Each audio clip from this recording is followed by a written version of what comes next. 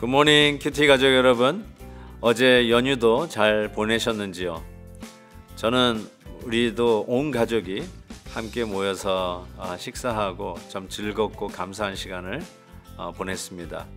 어느덧 벌써 11월의 마지막 주말을 시작하게 되었네요. 세상은 오늘을 블랙 프라이데이라고 하는데 성도인 우리에게는 오늘이 블레싱 프라이데이인 줄 믿습니다. 오늘 함께 부를 찬송은 470장 내 평생에 가는 길입니다. 다 함께 4절을 찬송하겠습니다.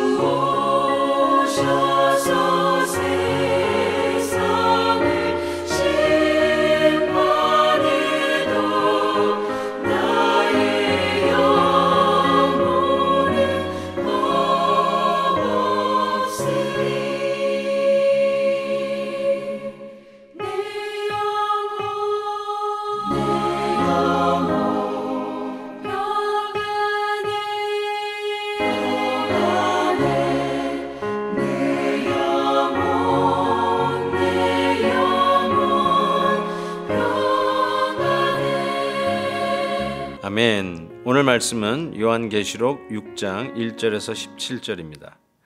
내가 보매 어린 양이 7인 중에 하나를 떼시는데 그때 내가 들으니 네 생물 중에 하나가 우레소리와 같이 말하되 오라 하기로, 이에 내가 보니 흰 말이 있는데 그 탄 자가 활을 가졌고 면류관을 받고 나아가서 이기고 또 이기려고 하더라. 둘째 인을 떼실 때 내가 들으니 둘째 생물이 말하되 오라 하니, 이에 다른 붉은 말이 나오더라. 그 탄 자가 허락을 받아 땅에서 화평을 제하여 버리며 서로 죽이게 하고 또 큰 칼을 받았더라. 셋째 인을 떼실 때 내가 들으니 셋째 생물이 말하되 오라 하기로, 내가 보니 검은 말이 나오는데 그 탄 자가 손에 저울을 가졌더라. 내가 네 생물 사이로부터 나는 듯한 음성을 들으니 이르되 한 데나리온의 밀 한 대요 한 데나리온의 보리 석 대로다. 또 감람류와 포도주는 해치지 말라 하더라. 넷째 인을 떼실 때 내가 넷째 생물의 음성을 들으니 말하되 오라 하기로, 내가 보매 청황색 말이 나오는데 그 탄 자의 이름은 사망이니 음부가 그 뒤를 따르더라. 그들이 땅 4분의 1의 권세를 얻어 검과 흉령과 사망과 땅의 짐승들로서 죽이더라.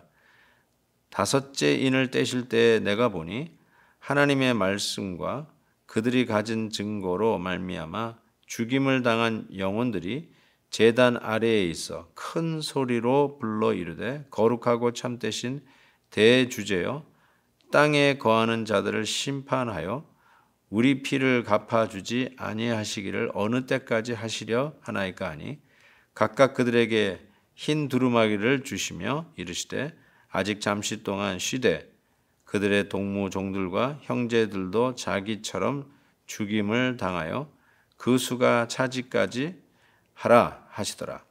내가 보니 여섯째 인을 떼실 때 큰 지진이 나며 해가 검은 털로 짠 상복같이 검어지고 달은 온통 피같이 되며 하늘의 별들이 무화과 나무가 대풍에 흔들려 설익은 열매가 떨어지는 것 같이 땅에 떨어지며 하늘은 두루마리가 말리는 것 같이 떠나가고 각 산과 섬이 제자리에서 옮겨지매 땅의 임금들과 왕족들과 장군들과 부자들과 강한 자들과 모든 종과 자유인이 굴과 산들의 바위 틈에 숨어 산들과 바위에게 말하되 우리 위에 떨어져 보좌에 앉으신 이의 얼굴에서와 그 어린 양의 진노에서 우리를 가리라. 그들의 진노에 큰 날이 이르렀으니 누가 능히 서리요 하더라. 아멘. 오늘 본문 말씀은 드디어 예수님께서 그 인을, 두루마리의 인을 하나씩 하나씩 떼어가면서 일어나는 현상들을 보여주고 있습니다. 첫째 인을 뗄 때 흰 말이 나오고, 둘째 인을 뗄 때 붉은 말이 나오고, 또 셋째와 넷째는 검은 말, 또 청황색 말이 나오는데 각각의 상징이 있습니다. 그 상징들을 보니까 흰 말은 전쟁을 뜻하고 있습니다. 그리고 붉은 말은 역시 피를 상징할 수 있겠죠. 그래서 이런 피를 흘리는 핍박, 어려움, 환난을 의미하고 있고요. 검은 말은 보니까 한 데나리온의 밀 한 대요, 한 데나리온의 보리 석 대로다. 즉 기근이 온 상황을 이야기하고 있습니다. 마치 요즘 물류 대란으로 인해서 물값이 천정부지로 솟고 있지 않습니까? 지금 기름값도 보통 비싸진 게 아니지 않습니까? 그와 같이 경제적으로 큰 난국을 당한 상황을 이야기하고 있고요. 또 청황색 말, 네 번째 인을 뗄 때의 이 모습은 죽음을 상징합니다. 즉 이 인을 뗄 때마다 나타나는 현상들이 별로 그렇게 좋지 않습니다. 아니 별로 좋은 게 아니라 아주 심각한 상황, 말세의 말이라고 할 정도로 마지막 때에 이 환난의 시기를 지금 내다보고 있습니다. 저는 이 가장 잘 사는 미국 땅에 살면서 이런 날이 올 건가라는 생각을 해보는데 정말 이런 날이 오지 않습니까? 미국만큼은 항상 예외가 되고 모든 어떤 전쟁이나 혹은 이런 환난이나 경제적인 어려움 여기서부터 벗어나는 것이 미국이라 생각했는데 팬데믹이 한번 오고 나니까 가장 극심한 곳이 미국이 되었고 가장 타격을 크게 입었던 것이 미국이 되지 않았습니까? 참 이런 것을 보면서 우리가 참 겸손해야 되겠다. 이제 팬데믹이 좀 끝나가나 이제 위드 코로나 해가지고 아직도 진정되지 않은 이런 상황 속에서 또 살긴 살아야 되니까 경제의 문을 열고 비행기도 뜨고 배도 떠야 되는데 지금 물류 대란으로 인해서 모든 가격들이 하늘같이 뛰고 있는 모습을 보면 경제적인 총난국을 지금 우리가 겪고 있다 해도 과언이 아닙니다. 코로나 때 얼마나 많은 분들이 소천하셨습니까? 정말 이 시대야말로 이 환난의 시대이고 어려운 시대라고 이야기하지 않을 수가 없을 것 같습니다.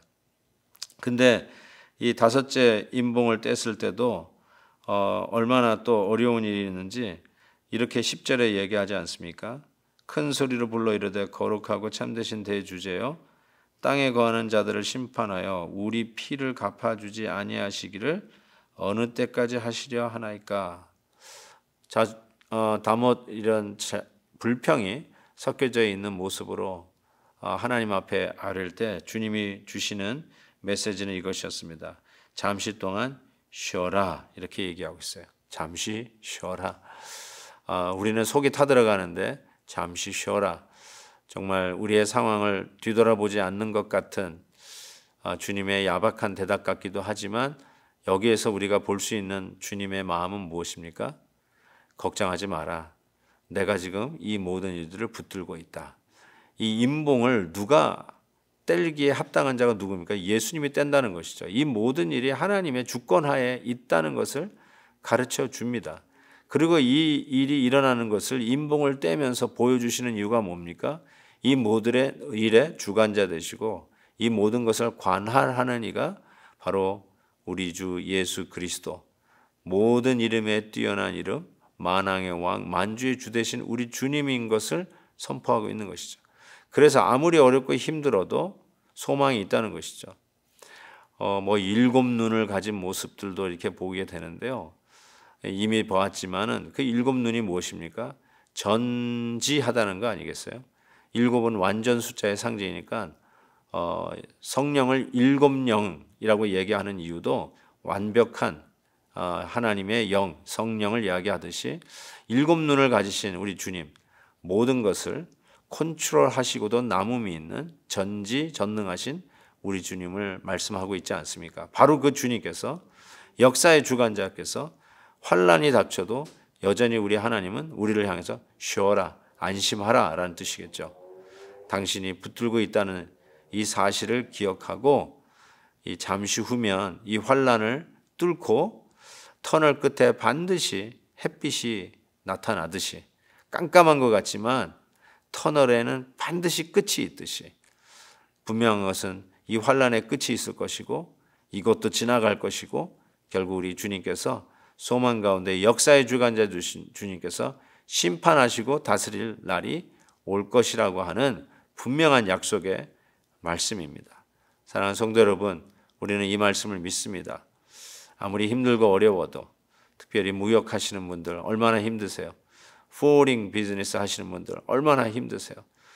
한국, 또 중국, 또 브라질, 세계 방방곡곡 이렇게 오가면서 무역하시는 분들 얼마나 힘드세요?